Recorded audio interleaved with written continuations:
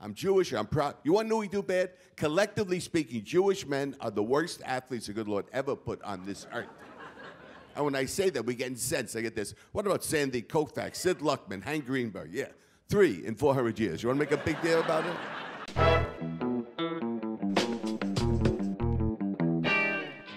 I can't tell you what a thrill this is. It's probably the highlight of my entire career. You have no idea. To finally make it to 92nd Street. You have no idea. I started in Brooklyn. For me, this is like the country. I'm originally from, could you make this a little louder? I'm originally from Brooklyn, New York. I'm proud of it. God bless you. I am from Livonia Avenue. That's it, where I still have a summer home. And the real name is Stewie Stone. I'm of the Hebraic faith. People say, how does a Jewish kid get a name like Stewie Stone? I will tell you the Emmas. My father came over on the boat. Not Royal Caribbean, a different kind of boat. His name was Reuben Sonnenberg. So somebody said, change your name so nobody know you're Jewish, you will blend in America. So from Reuben Sonnenberg, it became Robert Stone. And it worked. Nobody ever knew he was Jewish. The fact he had a beard, yarmulke and tzitzis, had nothing to do with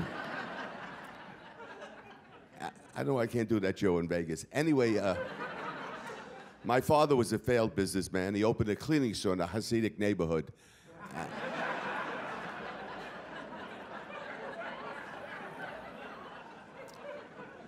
Actually, I'm so thrilled to be on this stage talking about the Catskills because my life started in the Catskill Mountains. I was a drummer, and I played for Maya Davis, Lester Lannon, Stephen Scott. I played for, I guess, a lot of your bar mitzvahs out there. Up until I was 30, I thought all swans were made out of chopped liver. I never knew anything. But I got a job at the Concord Hotel. I did Simon Says on the terrace.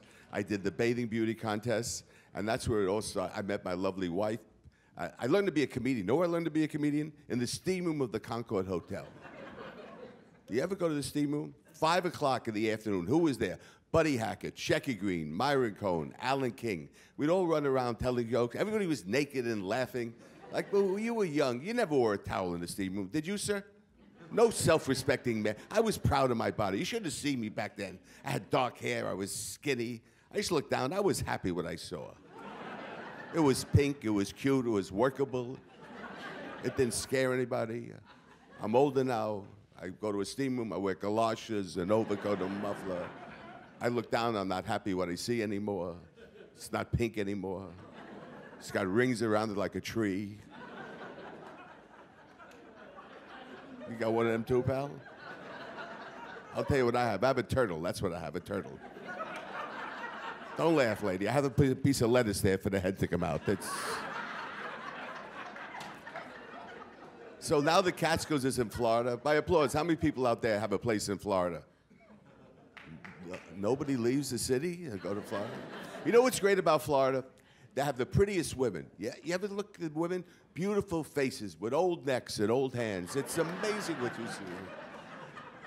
But the best thing about Florida is you can always spot an ethnic table in Florida by the way they order. You know what taught me this? Milton Berle, if you listen. Like an Italian table, this is what you hear. Hey, a little more vino over here. An Irish table, a little more beer over here.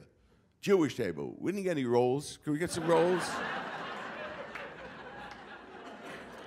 A man's worth $40 million. He's stealing prune Danish and sweet and low, only in Florida. Jews go to Florida to stock up on sweet and low for the rest of our life. I once brought my uncle to a supermarket. He saw sweet and low on the shelf. He said, I never knew they came in boxes. I didn't know that. And I love to do jokes like this. And I have to make a statement. I resent when somebody will say, the comic did an ethnic joke. I didn't do an ethnic joke. I did an American joke. Because this is a country made up of minorities, not majorities. We're in trouble now because we want to be politically correct. I grew up in the streets of Brooklyn. We laughed at each other. Nobody shot anybody. That's the way the world was. Now it's all changing. And I do the same jokes no matter where I go, because I think it's incumbent upon me to stand on the stage and be counted. And it's not always easy, because 3 weeks ago I did a concert in Billings, Montana with Paul Anka, and I mentioned I was Jewish. And a moose has a better shot in Montana than a Jew. So I tried to ingratiate myself. I said, tell me, where do Jews hang in Montana? They said, that tree. So I never want to go to Montana. And the secret of doing an ethnic joke is you never brag about what you do good, but you admit what you do bad. I'm Jewish, I'm proud. You want to know we do bad? Collectively speaking, Jewish men are the worst athletes the good Lord ever put on this earth. And when I say that, we get incensed. I get this. What about Sandy Koufax, Sid Luckman, Hank Greenberg? Yeah, 3 in 400 years. You want to make a big deal about it? Think about it. How many Jewish men you know that could dunk the ball? We don't get that tall, pal. A Jew is 5'6". We call him Stretch. I mean, that's it. And you'll never see a Jewish football player. Never. You know why? You tackle us, we sue. We do not screw. Okay, let's talk about what's going on in the country now. We're going through a very difficult time. You'll excuse me, I have to take a drink because 4 years ago, I had a slight problem. I had throat cancer. And I'm 100% cancer-free. This is the greatest country in the world. We have the greatest doctors in the world. And my wife, God love her, was up all night with me, got up in the morning, went for my treatments. She was an angel. Then 3 months ago, a guy by the name of Michael Douglas opened his mouth. You know about that? Michael Douglas said he got throat cancer from oral sex. My wife said, "You should drop dead, you son of a bitch, you." I said, "Honey, I'm hungry." He says, "Get the bitch who gave you cancer. Let her feed you." But listen, everything is wonderful. We're going through a time where, are we in recession? Are we inflation? There's no money, but the price of everything is going through the roof. You guys all live in Manhattan. I went shopping the other day. I couldn't believe it. I live on 58th Street and 2nd Avenue. I went shopping. $4.98 for a head of lettuce in Manhattan. Oh, I told the man, take the lettuce and stick it. He said, I can't. I have a $2 cucumber there already. Just. The problem is the government says entitlements are ruining this country. You know what entitlements are? That's our money, Social Security. We've been paying that money into the Social Security fund since we're all 16 years old. When Roosevelt instituted Social Security, it was supposed to go in a fund. They weren't supposed to touch it. We have the worst politicians the world has ever known, be it a Democrat or a Republican. They don't work for us. So I figure I'm going to use everything. I have Medicare. Screw them. It's my money. I visit a doctor every hour and a half. I'm learning words I never knew as a young Turk. Words like cholesterol, triglycerides, prostate. You got prostate problems, sir? No? You still piss like a horse? Don't lie to me. You still make bubbles? I kill for bubbles. Okay, now I'm going to talk about my life. People will say to me, you married, you're divorced. How do I tell you this? I have been everything. I have lived in as the world turns. First, I lived with a woman for 10 years, okay? Fought like cats and dogs. So we decided to make it better. Now, how do you make it better if you cannot live with a woman? Marry her. That's what I did. That didn't work out, so I got divorced. The divorce didn't work out, so I had to get married again. So after 6 years, I remarried my ex-wife. I remarried my ex-wife. People say, what's it like to remarry your ex-wife? You know what it's like? It's like breaking out of jail and then breaking back in. I get this. Why would you marry your ex-wife? At the time, I had a good reason. I wanted to be near my money, be able to work everything out. But I met a beautiful girl from Cherry Hill, New Jersey. I don't know if you're in the area. She went to Temple University, where she majored in selfish. A wonderful little girl. Now, people say to me, is it true that you married your ex-wife? I did. And I always get this. Passion drove you to it. Like sex is the motivating force in life. I'm glad I'm old enough and mature enough to realize the first thing that goes in a relationship is sex. Loving somebody, liking somebody, respecting somebody, lives forever. Sex will die. You're married a lot of years, right, sir? Is sex still number one on your list? Yes? You're full of crap, okay? I'm 76 years old. I look good for 76. I'd rather be 40 and look like crap. You know what I mean? Listen, sex is not number one on my list. I'm being honest with you. Regularity is number one on my list. I don't care about coming, going, I care about. And that's what guys talk about when they get older. It's never sexual exploits, it's bowel movements. You go to any coffee shop in New York, eavesdrop. This is what you hear. Hey, Herbie, have you gone in the last 3 days? No, I haven't gone. What about you, Tony? I went this morning, 10 o'clock. I'm proud of you. He says, don't be proud of me. I think I had a bed till 12. I mean, don't be proud of me. And I get this. Is it true that you got married, divorced, and married again? It's the gospel truth. Well, the first time around, I had a major problem. I had a drinking problem. And I'm proud to say it's been 27 years since I had a drink, which has saved my marriage and my life. I don't want applause. Believe me, it was not easy. I could have never done it without heroin. So it worked out. But the main problem was my wife and I were unable to have a baby. Now, we wanted a baby more than life itself. I grew up in Brooklyn. I never thought about kids. I wanted success. I wanted my name on the marquee. I wanted the big cars. You know what's important in life? Footprints that you're on this earth. How many kids you got? 2. God bless you. You know, that's what makes America great. You did everything for your kids, didn't you? They, in turn, will do everything for their kids. That's why we're the greatest country in the world, because we care about our kids. You don't get an American say to his kid, strap a bomb on, blow yourself up, you get 80 virgins. We say, here's 100, get a hook, and now go to law school. This is what we do. Now, we tried everything to have a baby. They tell you make love with your socks on, make love with your socks off, one shoe on, one shoe off. Somebody said, try oysters. I tried oysters. They kept slipping off. And, now, I've been doing this routine a long, long time. I've never had an ending for this routine. This next statement I make on stage is the happiest thing any man could ever see. My wife and I are now the proud parents of a beautiful 17-year-old daughter. It's my first child ever, and I'm celebrating my 76th birthday, which is unbelievable.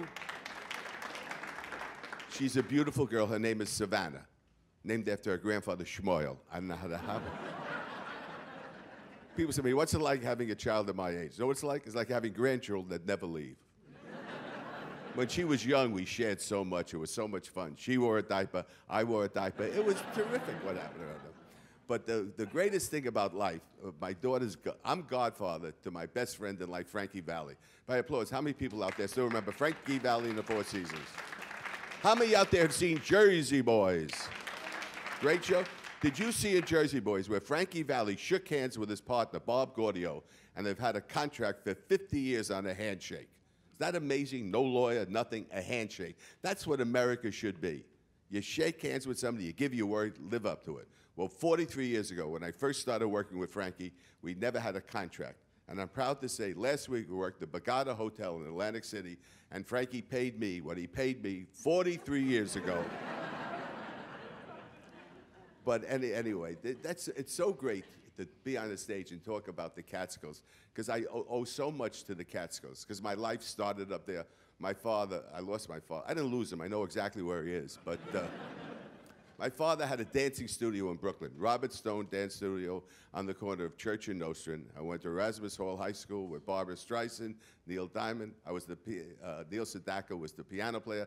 I was the drummer in the band. This is magical times. And we all went up to the Catskills, and that's how we got our entertainment. That's how we got our training. Now, what you do to help me out, because I want to be a big hit. They said if I do good this show, maybe next week I could work 125th Street. It's a step up. What's your first name, my friend? Nisa. What? Nisa. No, believe me, I just old. I don't hear too good. You know what I mean? Niso. Great name. You own a Japanese restaurant? What is Niso? No. What do you do, Niso? I'm a banker. You're a banker. Oh, Ganef. Okay, now, this is what we need, a banker. Here's a man. What's your first name, sir? Stuart. What? Stuart. God bless you. What's your last name? Riedman. Riedman. What did you do? Are you retired? No. No, you look like a Schwerarbeiter. What do you do? Consulting. What? Consulting. Oh, you work for your father. Okay, now. I love that. Good job. Now, what you going to do to help me out? Because I want to be a big, big hit this show. There's no telling what could happen to my career working here, and it'll be on television for the next 432 years, the same show. Because we did Catskills on Broadway there, and every place I go in America, they keep showing it on the Yiddish network. Now, my friend over here, this is a good-looking guy. What's your name? David. David. Your last name, Davey? Sheedy. What? Sheedy. Sheedy? Sheedy. I wouldn't want to have that name any place in America. And what, you have a beautiful, is that your wife? Oh, you're a lovely couple, see? Look, banker, you got nothing. This guy over here. Look at this. What do you do for a living, Sheedy? I'm a writer. You're a writer. Out of work. Now, later I'll chip in and buy a number 2 pencil. What are you selling, darling? What do you need? They're cards for questions. Oh, that's good. In the middle of my act, walk around for cards for questions. Excuse me, honey, I have a question. What are you doing here? Get out of here. Get out of here. I've had it with you. Are you Jewish? No, then get the hell out of here. Sure, they had to get a Gentile to do that. A Jew is not dumb enough to walk down in the middle of the show. But anyway, if we had a few laughs, don't forget the name. If you like me, the name is Stewie Stone. If you didn't like me, it's Sheeny. Let him take the rap for the show. Now, it's my pleasure to introduce our moderator here this evening. Is she here? You never know because you have a closed door. Oh, God. Oh, my ideal woman. God bless you. Tall, beautiful, and can dunk the ball. Here you go. Hello. Thank you so much. Hey, everyone. How you doing? My name is Kat. Oh, is this thing on? Is it on? Yeah, this thing is on. My name is Kat Greenleaf, and I host a show called Talk Stoop, where thank you. I sit on my front stoop and I listen to people who have really good stories, and I help them share them with the world, which is really the same thing as sitting on my front steps up in Delaware County, where I go every weekend. I'm not sure they've ever met a Jew, a Democrat, or my two sons are adopted. They're black. I think we're the only ones in the whole county. But it's really added quite a bit of texture to a place that already had so much texture. And that's what we're here to talk about tonight.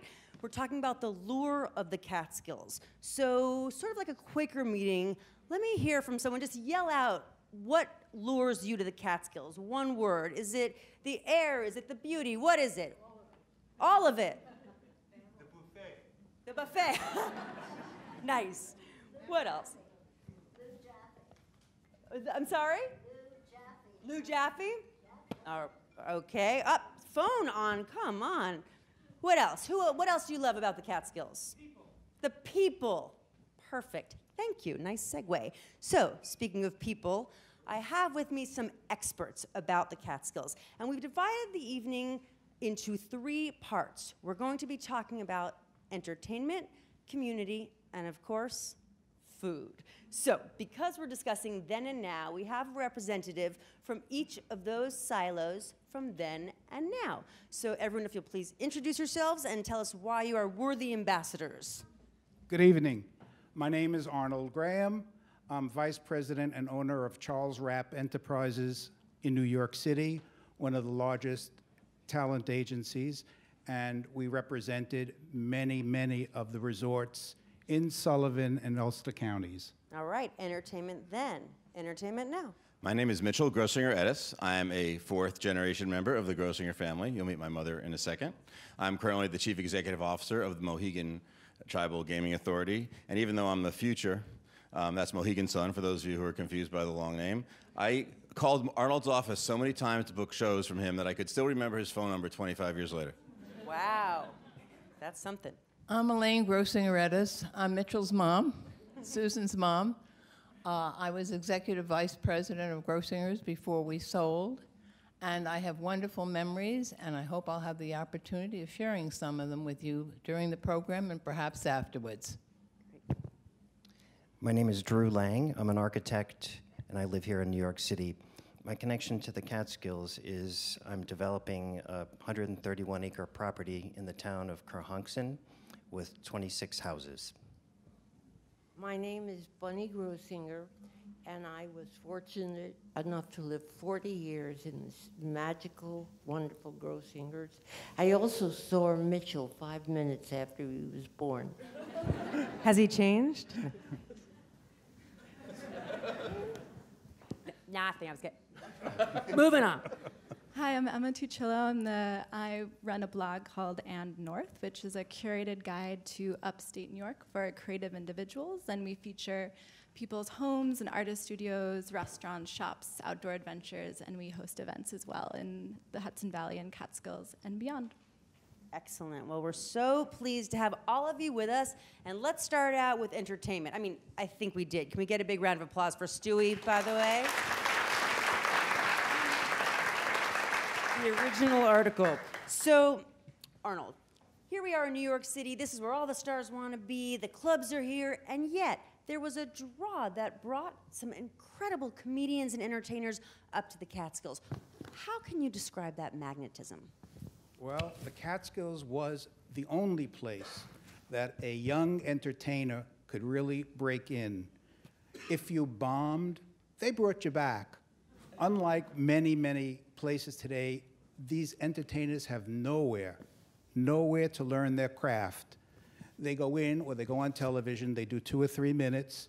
People say, I love them, but could they do 45 minutes or an hour? And in most cases, the answer is no. Jerry Seinfeld, Billy Crystal, Julio Iglesias going to singing, Norm Crosby, Toady Fields, and the list goes on, all got their start in the Catskills. Sid Caesar. I know that you know most of these people, and you know that they worked in Tamiment, they worked in Kutcher's, they worked at the Grossingers, they worked at the Concord, the Raleigh, all over. Broadway stars have worked the Catskills, and they learned and they honed their craft there. And today, the reason you don't see that many doing it is they're not prepared to do this hour program as you had to do in the Catskills before. Right now, there are a lot of new places being built, and Mitchell will go into that, where I believe entertainment will be king again. And we hope that you all come back because we're waiting for you. So really, if you could make it there, you could make it anywhere, is what you're saying. Correct. So was there any, I mean, you really seem to have your finger on the pulse of who was going to be great. Is there anyone that you thought, well, they're really never going to be anything, and then they turned out to be one of comedy's greats? Well, I saw Toady Fields in the beginning, and she was kind of bawdy at the time, and she used some salty language. My favorite kind of girl. Oh, yes. And she really honed her act up there, and she became a big, big star out of the Catskills. Amazing. All right. As did Seinfeld, too. Right. Well, as did Stewie. As did Stewie Stone. And now, Mitchell, like you said, you are representing the future. Gaming is coming to the Catskills, and, you know, as a Catskill resident, I can say it's been a little contentious. It's not quite at fracking level, but it's not always been positive, and yet I think it's great for job creation. There's a lot of great stuff. How do you see it? Well, if you've been to the eastern Sullivan County area, the Liberty and Monticello, the gold buckle, the Borscht Belt, as it was back in the day, it is really fallen back. There's nothing there. It's terrible. There's no development. There's nothing. There is some entertainment. Bethel Woods is a beautiful amphitheater on the site of the Woodstock Festival. I don't know if any of you have been up there. They really have a very competitive lineup with the Jones Beach Theater in New York, or Saratoga Performing Arts Center, or the Meadows up in Connecticut, or whatever. They have all the top flight, or Mohegan Sun Arena. They have the top flight for a plug. They have all the top flight acts that go there. Arnold told me there's some acts that play some of the homeowners associated there, Norm Crosby, and some of them old timers still go up there and play that. But really, there is nothing in Sullivan County right now. It's very difficult. There isn't a movie theater in Sullivan County. No. Yes. Not one? No. We used to complain. My wife Karen is here. We used to complain. We'd go to the movies, and it would be so cold they wouldn't have the heat on. At least now there was a movie we could go see. Now there's nothing there. Wow. What gaming will do is it won't be the cure for the Sullivan County Catskills, but it will bring some economic stimulus. It will create jobs. It will create another reason for people like our guest down here to maybe do some second home development in Sullivan County. It'll give some more entertainment. It'll spur on some more restaurants. It'll create businesses for the people who work in the casinos to go. And hopefully it will be the beginning of something. It'll be the beginning of maybe a resurrection of the Sullivan County part, and we see some of that again. What's the timeline? What's the rollout we're looking at? Well, since they didn't pick our casino, the best option. Boo. I can't really tell you when they will build, but I'd say it would probably be a year and a half, 2 years. You see the casino going. Nothing happens overnight. There isn't even really a good first-rate except for the Villa Roma. There aren't really any more, which doesn't really count in the Y. as a Catskill in the Jewish Catskill thing, but there really aren't a lot of hotels. There's some secondary hotel development. I think you're talking maybe 2.5 years to start seeing some impact and some job creation. And really, it takes time. I'd say 5 years, 6 years, 7 years after that. People think everything happens. You open a casino and everything's better, and it happens like this. Well, when casinos do help, it can't be what your whole economy is based on, but it can be a start, and it's going to take some time. And I think it will be a good start. Unfortunately, back in 1976, before Atlantic City, we were trying to get casinos in the Catskills to stop exactly what happened to the Catskills from happening, and now we're playing catch up there. But hopefully it will be something that does lead to a good future. We will catch up. We will. We will catch Do you mind if I just add one little thing? Well, you are doing it now, whether I hate to interrupt. I would like to say something about the Villa Roma and invite you to come see what is beautiful and in the Catskills today. This is a lovely Italian, American, Jewish resort. And we have conventions, we have beautiful facilities, top name entertainment. We're open all year round, and we're not dead. So please look us up and come visit us. We'd love to see you. the Villa Roma, The not Villa dead. Roma. And I'll tell you one thing to get into his section. My grandfather fired Mel Brooks because he had no talent. But all right. So, talking about hotels, community. You know, Dirty Dancing made a big splash when that movie came out, and it really epitomized the resorts of the Catskills. So Grossingers, Kutchers, a lot of people grew up visiting these season after season, summer after summer with their families, with their neighborhoods from New York. So can you talk a little bit about how people vacationed and celebrated there? It's very, very interesting, and I've had a wonderful time trying to remember all the things I had learned and all the things I had heard. But what really happened was there was a Jewish settlement down on Rivington Street, where I'm sure many of you folks out there, your families live there. And some of the people decided that they had to leave the city for health reasons. They were living, it was just too crowded. And somehow they heard about Sullivan County.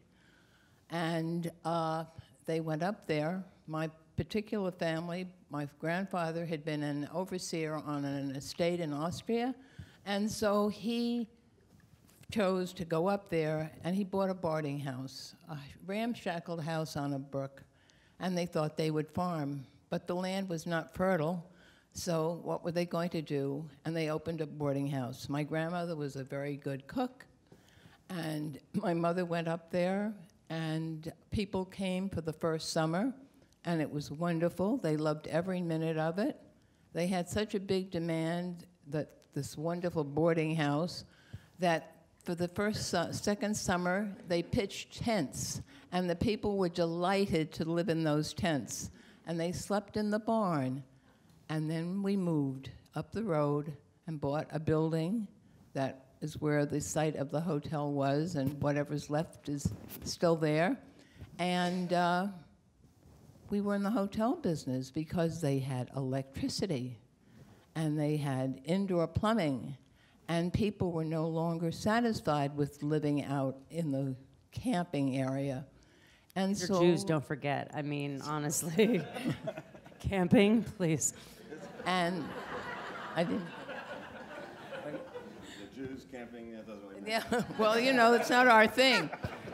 And as time went on, when we first opened, the rooms were bath on floor, semi-private, dormitory. As things progressed and we all moved on, they went from the tents to deluxe suites.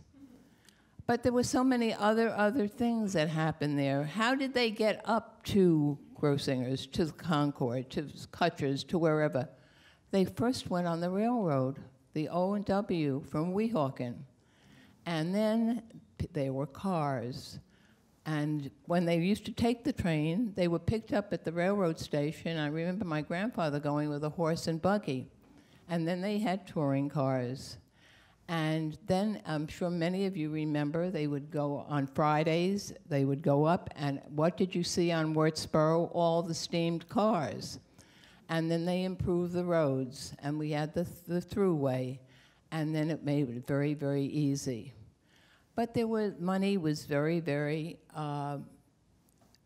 abundant in the mid-40s and through the 60s.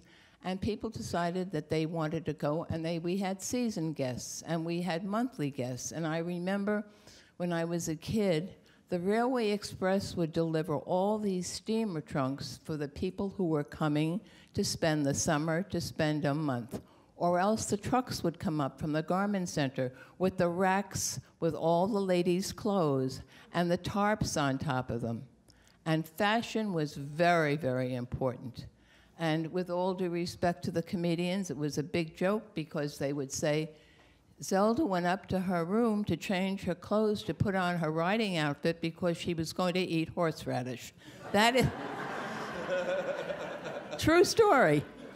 And I remember when I was a kid and with a couple of my friends, we used to sit on the porch in front of the dining room, and our dining room then was a separate building, and there were big stairs, and Saturday night the ladies all came with their gowns and hats and long gloves, and clothing was so important. And then the people would come for the Jewish holidays, and they were coming home. This was their community. This was their congregation. And they spent the high holy days with us.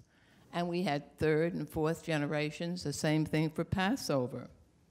And then there were celebrities who came. Some of them were invited. Some of them made their own reservations. And there was one particular gentleman who came up under an assumed name. Man's name was Eddie Cantor, and I will tell you a cute story. He was doing his show in New York, his radio show, and he spoke to his producer, and he said he had to get away, and he said, I have a perfect place for you, and he suggested that they go to Grossinger's. He said, Eddie, I'll make the arrangements. They got up to the hotel, and it was quite late. The dining room was just about getting ready to close, so he went to the dining room, and it was Mr. whatever his name was, and had dinner, went upstairs, came down for breakfast the next day, and the maitre d' came over and was looking at him. He says, you know, sir, you resemble Eddie Cantor.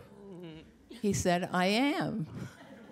Well, that was the start of a long, long, wonderful relationship between my family and Eddie Cantor. In fact, when my mother was honored with This Is Your Life, she went out to California and he stayed with Eddie, and he took her to the show.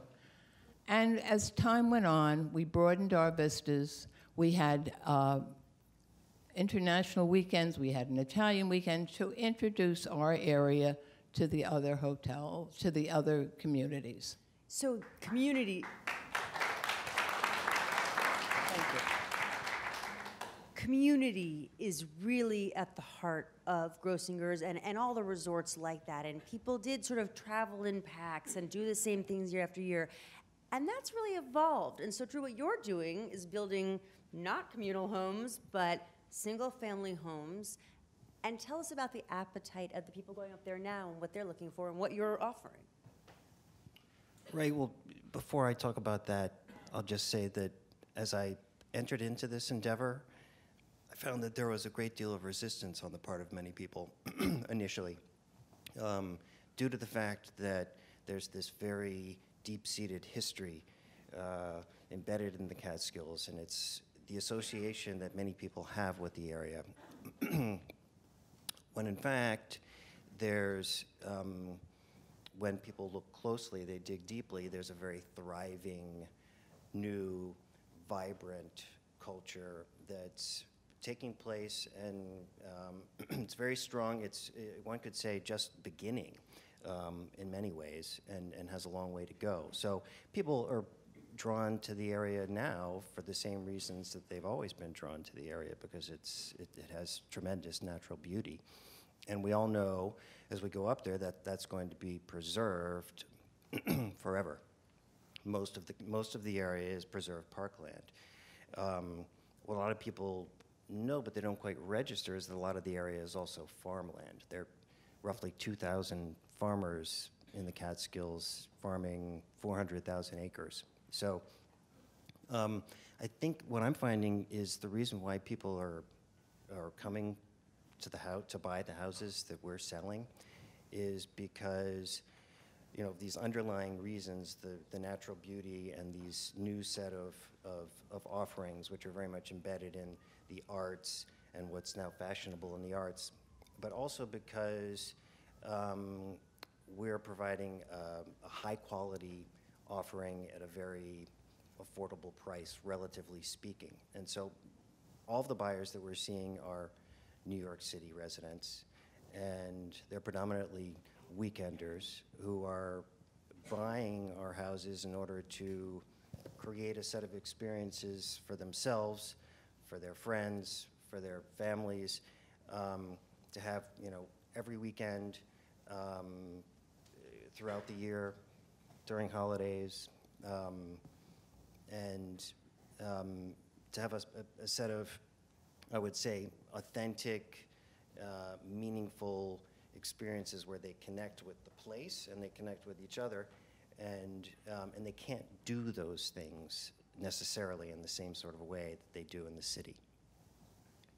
Right, and you know, you don't, right, because you're busy working, and I can say, I don't know how many of you all relate to this, but for my I'm not supposed to be talking, here I am running my mouth, but I will say that for my son, my sons and I have a much deeper relationship because we go away every Friday through Sunday at a minimum, and we're not on our phones, and our house is small, and so we're always on top of each other, we're with each other, and we're doing things like running around and having fun, and I am so freaking grateful to those hills for hosting us because it's done a lot for our family. So it's not in the same type of community way that it would have been at a resort, but we are now, my little foursome is a tighter community because of our ability to get away up there, and it's meant so much to me.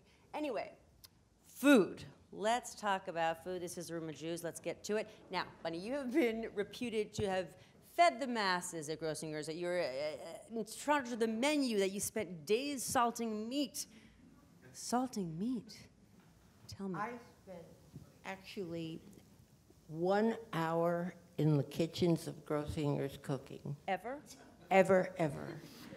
1 hour salting meat. It must have been so challenging. No, it was a crisis. We had well, I wouldn't have been there. My son, who was then in charge of it, would never have allowed it.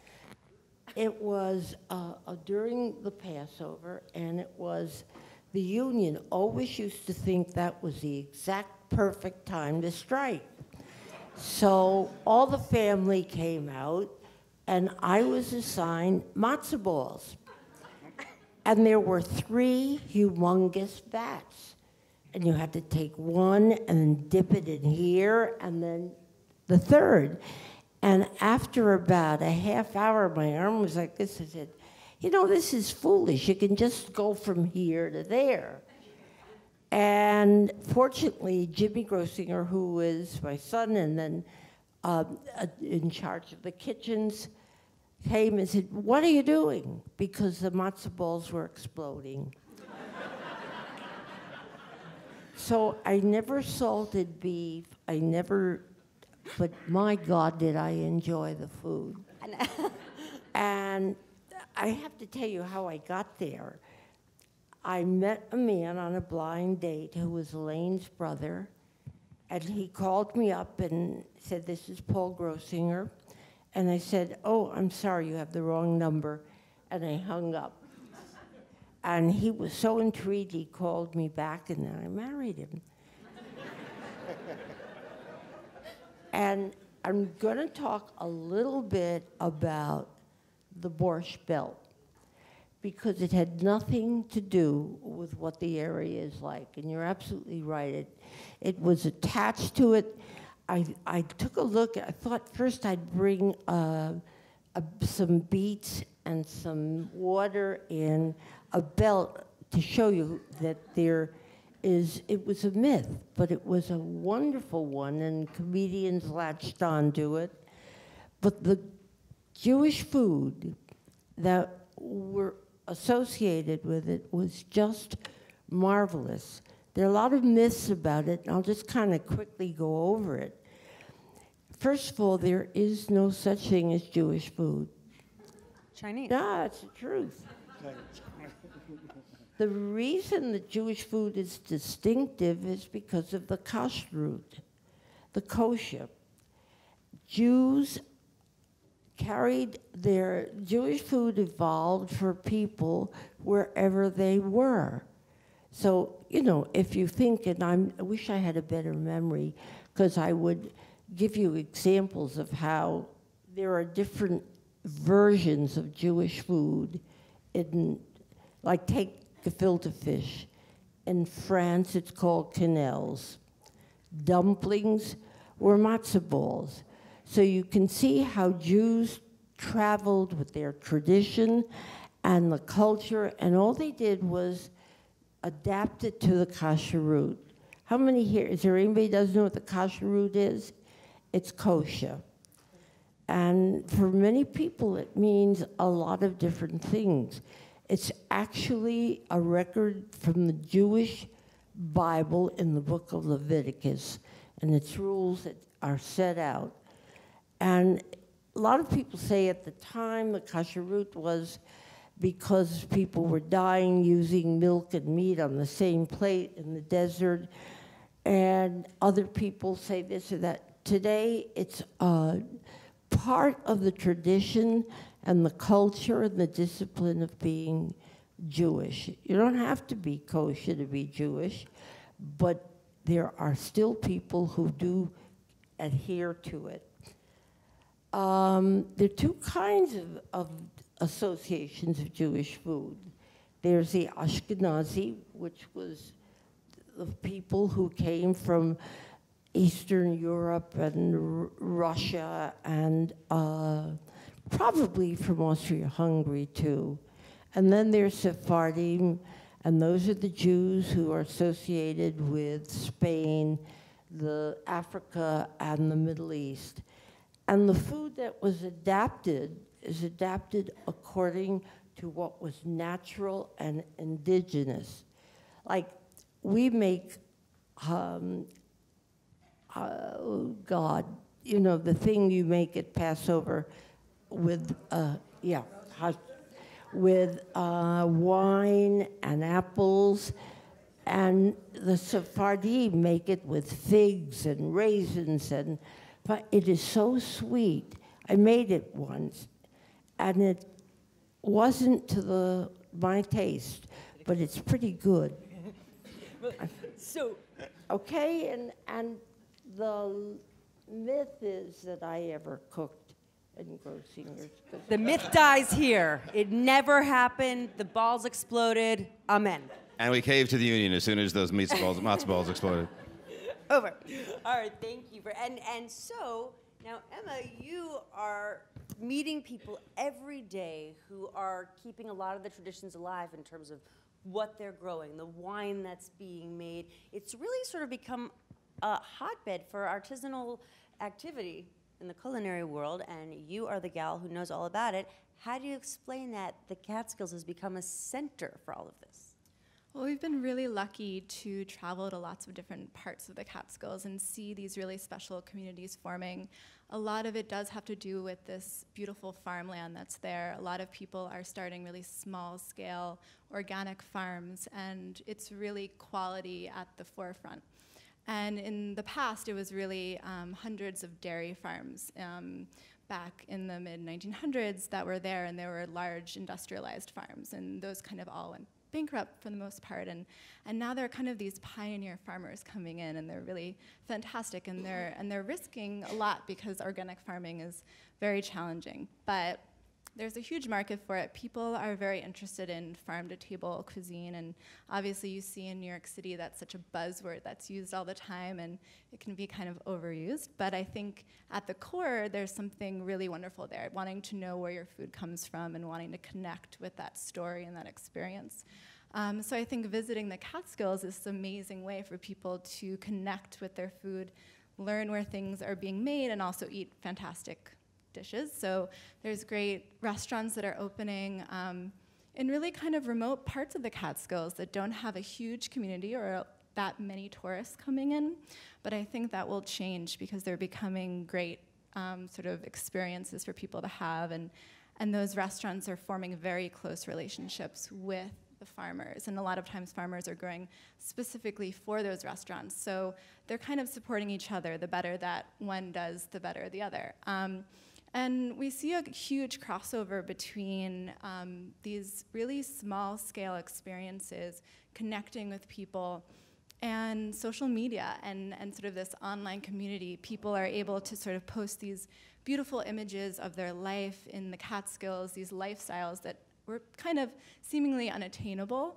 But now you can kind of post them on Instagram and show people where they can go and kind of inspire them to explore. And so for a lot of small businesses, that's where we see a lot of success, is this sort of you're having this sort of small-scale restaurant and you're pulling from these great farms nearby, but you have this reach, this wide audience to, you know, the entire online community. So you're inspiring people. There's a lot of tourists actually from London that love the Catskills, and I can point out in Bloomville, which is in Delaware County, there is a restaurant called Table on 10, which is truly the only institution in this town. The rest it's pretty poor and depressed, and they really put it on the map. It's become this destination for people because they have fantastic food. They're pulling from, you know, a 20-mile radius of all of their produce and their meat. And so when people go there, it's sort of more than just having a meal. It's this experience where they feel like they're supporting the community, and they can kind of share that experience with others. So it's been really inspiring, and we keep seeing more things open, and I think it's just going to continue to grow. Absolutely, and you make a good point. You really got to mean it. I mean, it's far to get there from door to door, from my house in Brooklyn to my house in Delaware County. It is 3 hours, and so if you want to go to Table on 10, you have got to mean it. You know, and you're not stay there though. It's lovely. Well, right, and so you get more than just good food. You know, you do get a whole weekend's worth of natural beauty, of physical activity. It is so much more than that. But the people who stay there, I find, are really committed. I mean, people who have left their lives in New York City, they mean it too. Not just the people who come and eat there, but the makers who have all come together there. So it is really a special corner of the world right about now. And it's so funny, social media is something that's helping, something that's almost ancient. It's now bringing it forward. So that's what we think. We want to know what your thoughts and questions are, and somewhere around here, I should have a lovely assistant who's going to bring me a stack of questions. And thank you so very much. And a man. Sneak back here. Awesome. Here, would you like to sit here, sir? I have to say You one sit thing there. that we're negating about the Catskill Mountains. The Catskill Mountains was an important part of the history of this area. As a comedian, I saw it happen. Now, how many of you out there were waiters and busboys at the Catskills? When I go around the country, there are doctors and lawyers that will come up to me. If I wasn't a waiter or a busboy at Grossinger's, I would have never gotten through medical school. So that was an important part of the Catskills. It was fun, there was the meals and everything, but the fact that they gave work and they helped people. And I want to bring up an interesting point, which I always relate to people. During a terrible time in this country, the McCarthy, you remember the McCarthy hearings? A lot of performers were blacklisted, right or wrong. They couldn't work any place. The only place they could work was the Catskill Mountains, because the owners had known what persecution was, and they weren't going to let that happen in this country. So without the Catskills, you would have no Zero Mistel, you'd have no Herschel Bernardi. So there's a lot of cultural things. And I, as a performer, resent when they say the Borscht Belt. It wasn't the Borscht Belt, it was off-Broadway. Danny Kaye came out of the Catskill Mountains. Sid Caesar came out of the Catskill. Mel Brooks. The culture is a part of the Catskill Mountains. So as a performer and a guy that grew up and owes everything to the Catskill Mountains, I think it's imperative to say it was a part of our history that we should not forget.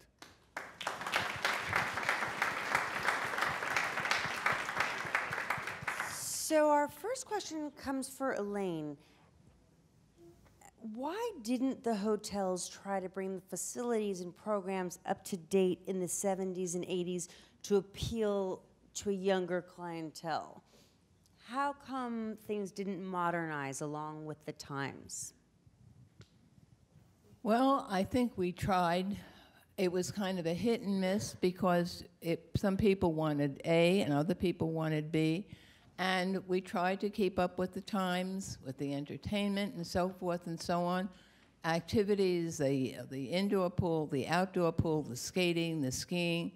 And it was, the whole area was just, we all, I guess, marched to the same drummer. Mitchell? I think it wasn't so much the hotels not trying to keep up, because we really did everything we possibly could. Indoor tennis, outdoor tennis, you know, all the stuff we had. It was the other things you could get to. you know, in an airplane that all of a sudden became much more accessible. And it wasn't so much what the Catskills did, and certainly cultural things and eating wasn't so important anymore, and a lot of those things were happening, but it was all the other things that were available to do at that time that was, you know, at the end of Dirty Dancing, there's a scene where he's up there and he's talking about, you know, the kids don't want to, you know, kids don't want to come anymore to the Catskills and take foxtrot lessons. Oh, well, that was happening because you could get on an airplane and go to Cancun. Or I don't know if Cancun was built then, but whatever. And then they discovered the Hamptons. Right, exactly. Well, you know, funny thing, somebody, I was interviewed not long ago and they said, is the Catskills the New Hamptons? And I said, I fucking hope not. I mean, really, I don't want the Hamptons. You know, it's like the thing that I love the most about it is that it's bucolic and desolate, and yet that could be its undoing. Is It will never happen, because when a Jew makes money, he becomes an Episcopalian right away. We sell out right away, you remember? Okay, that's us. Okay, interesting. And so, well, you obviously have a great stake in seeing things progress, and you do as well. How do you see what you're doing with building the homes, adding to the future past, the future cultural reawakening of the Catskills? We have to do it very carefully, right? Because we're going to ruin the natural beauty.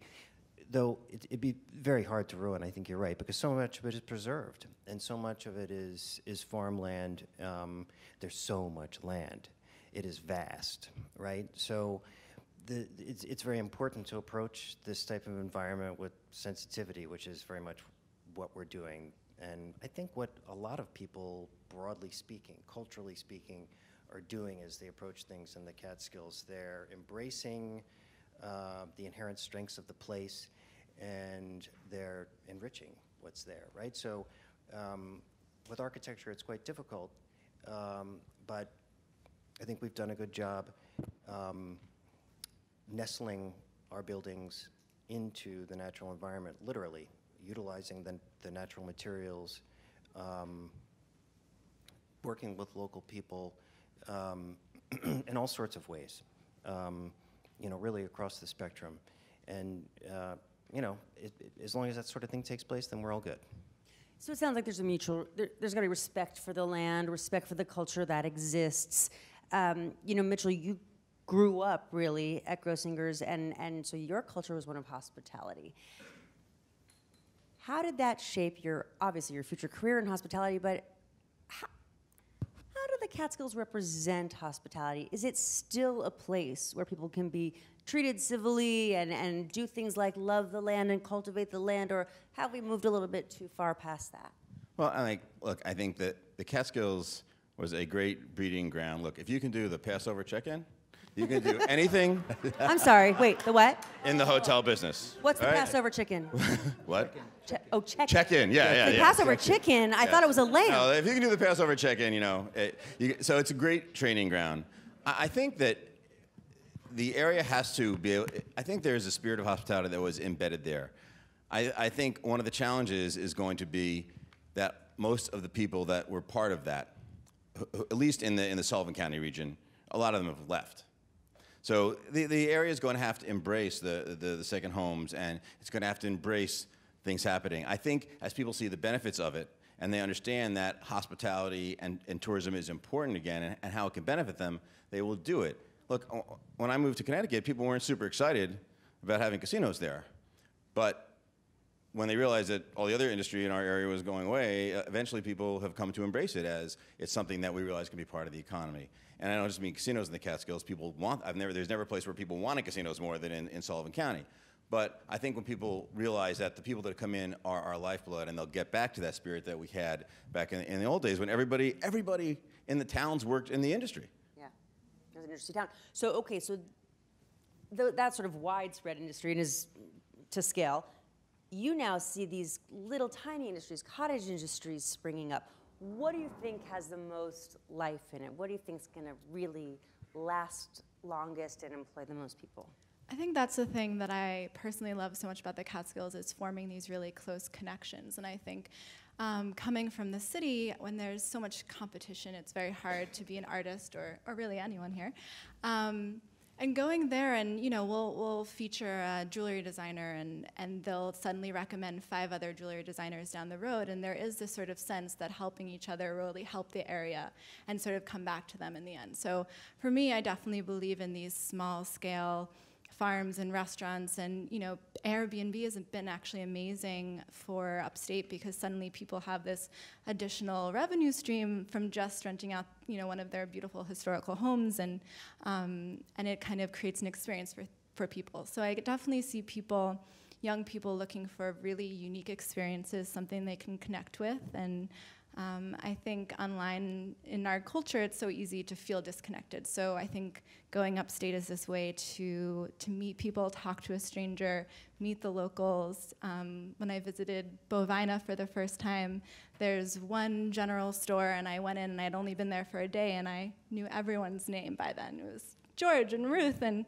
Harry, and there's something to that, because I don't think you get that in the city. So I see everybody helping each other, and I see it as becoming this interest in knowing where things are made, knowing how, there's a lot of artists moving upstate, a lot of makers, and they're creating successful online businesses as well as creating a community in the physical space. So I definitely believe in the small sort of industry creating something bigger.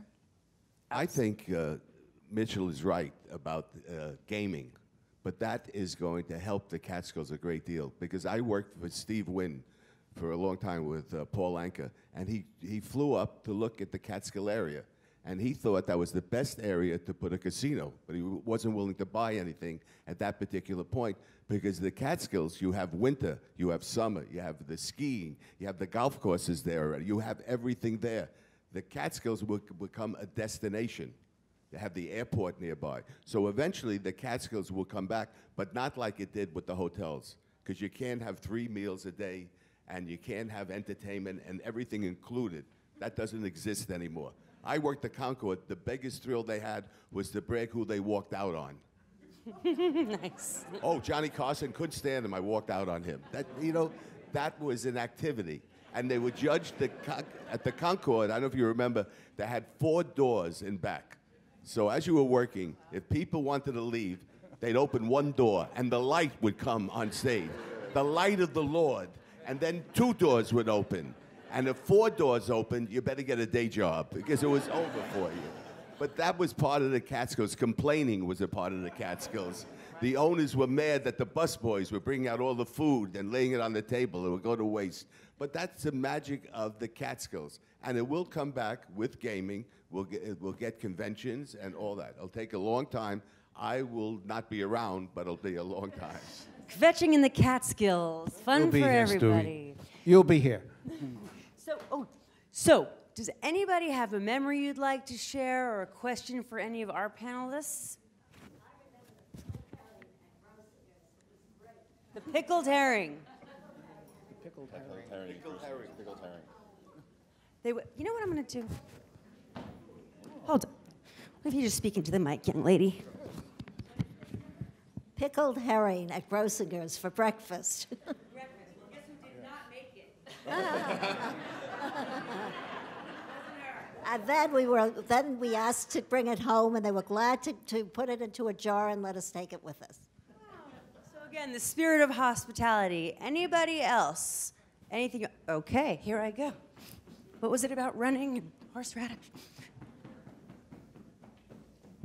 My husband's family went to Grossinger's for many, many years for Passover. My parents went, we met, and we never got our free weekend. Oh my gosh, reparations must be made. I tell you what. We apologize. You can have it now. So sorry about that. I hope that's sufficient. You should have complained earlier. Yeah, I worked at Grossinger's just on weekends. I was residing in the Bronx at the time, and every Friday I go to Port Authority bus terminal and took a short line bus. It would drop me off at the front gate of Grossinger's. And I was a busboy, and since I only worked on weekends, my station was further away from the kitchen. If you worked full-time, your station was closer to the kitchen. So my station was called Left Field. And I remember, I'll tell you 2 interesting stories. The first night I worked, it was dinner, one of the guests asked me for an iced tea. So I made the long walk to the kitchen, got the iced tea, made the long walk back, and 3 more people wanted iced tea. So my waiter said, Marty, next time someone wants an iced tea, you better bring back about 5. But there's another interesting story. I was once working with a European waiter at Grossinger's. And, you know, one of the guests at the table asked him for Mondos. So he said, Mondo checked out. Thank you so much. Anyone else have any? Okay.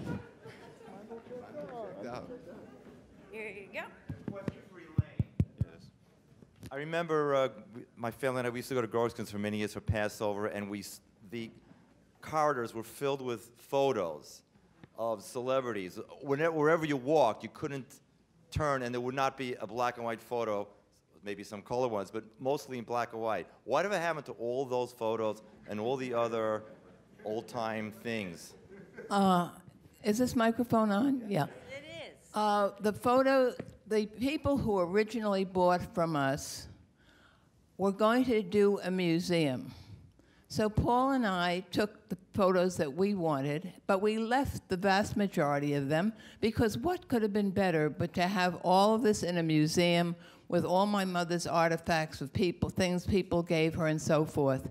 And really tragically, because that's what it is, with all the things that happened with the various purchasers and the bankruptcies and everything, it just sort of, they disappeared. I have some, Bunny has given some to the Tisch School of Hospitality, and it's very sad. I mean, we feel terrible because we would have, even if we had had them now and they were in cartons in our garages, it would be better than what happened. And it's tragic. Some of the photos, I don't know, did we show photos here tonight? No. Oh, okay. One magical thing about Grossingers, you brought up all the fighters to train at Grossingers. Yeah. They all trained at Grossingers. Well, what happened was, thank you for bringing that up, Stewie. Milton Blackstone, who was our public relations genius, heard that there was a Jewish boxer in Chicago who wanted to come east. He did not want to train in the Stillman's kind of gym. And so Milton thought, what could be better? He was Orthodox, he needed a kosher food, and he arranged for him to have a training camp at the hotel. And that was the beginning of all the boxers that we had. And all the sports writers at that point would come up, and the columnists, Louis Sobel and Leonard Lyons and Walter Winchell, and they would follow the camp, and then they went and they saw this lovely little lady, and they started talking to her, and they were charmed about her, with her. When they went back to New York, they wrote about the fight camp, and then they started to write about Jenny Grossinger. And people said, you know, we've got to go see what that's about. And it was really a boxer, because of him, that we became known. Oh. Thank you, Stu. And you mentioned Eddie Cantor. Yes. Great show business story. And Mr. Blackstone. Yes. That Eddie Cantor came up, and he happened to see this boy singer on stage. Yeah. And he said, I'm going to put him on my radio show. That was Eddie Fisher. And that's where it all started for Eddie Fisher. And my husband David and I had Eddie and Debbie's wedding in our home. Wow. Right. Yeah. A lot of brushes with celebrity up there. I mean, oh, we had a lot of the celebrities. Any gossip? Lots of the sports figures also were at Kutch's for training for many, many years. Will Chamberlain and so many others. But the basketball man. Basketball, but they also had boxers. And the Concord actually took the lead from you and had fighters training. But you know, not the lead. No. Not the lead. That's funny. Any affairs? I mean, you know, any affairs that you guys want to report? That's for another night. Well, just saying. Any of you guys have? Oh, I'm sorry. You talk about entertainment. I would like to answer the gentleman who asked about the pictures, because I was doing a Grossinger room for NYU. It's still there. It's at the Brofman Center. And I went up to get some pictures because the lawsuit was under the jurisdiction of a judge. So the kind lady from the advocate's office took me up, and they were in an onion farm, packed up, and I schlepped through the onion farm, and I found the portraits of Elaine's grandfather and grandmother, and I stole them. It doesn't steal if it belonged to you. You took them back. That's the Catskills. I gave them. You had misplaced them and you put them back. You did not steal. It's better than an affair. I love it. Then I was allowed to go to a warehouse to get one picture, one portrait, and I took one of Jenny Grossinger, which now hangs in the Brofman Center. So if any of you have a strong desire to look at some memorabilia, it's all there at the Brofman Center. Great. No I more want to just mention onion. one thing about Grossingers. I worked at the Concord, and the two great hotels were Grossingers and the Concord. And that's the mystique that Arthur Winerick, who built the Concord Hotel, and the reason we used to say it on stage, I don't know if it's the truth, that he tried to check into Grossingers and he couldn't get a room. He said, I'm going to build my own hotel. And he wanted. I don't know if it's true, but it's a good story. That sounds good. Never ruin a good story with the truth. That's what I always say. Listen, guys, I'm so. What? Wrapping? 2 minutes, she said like this. So, there is food. Speaking about great food from the Catskills, we have food, we have booze, we have art. All of that is taking place in a room just downstairs. So we hope you'll all join us, nosh, chat, do what you do, and thank you so much. Thank you all so much for your time tonight. Thank you.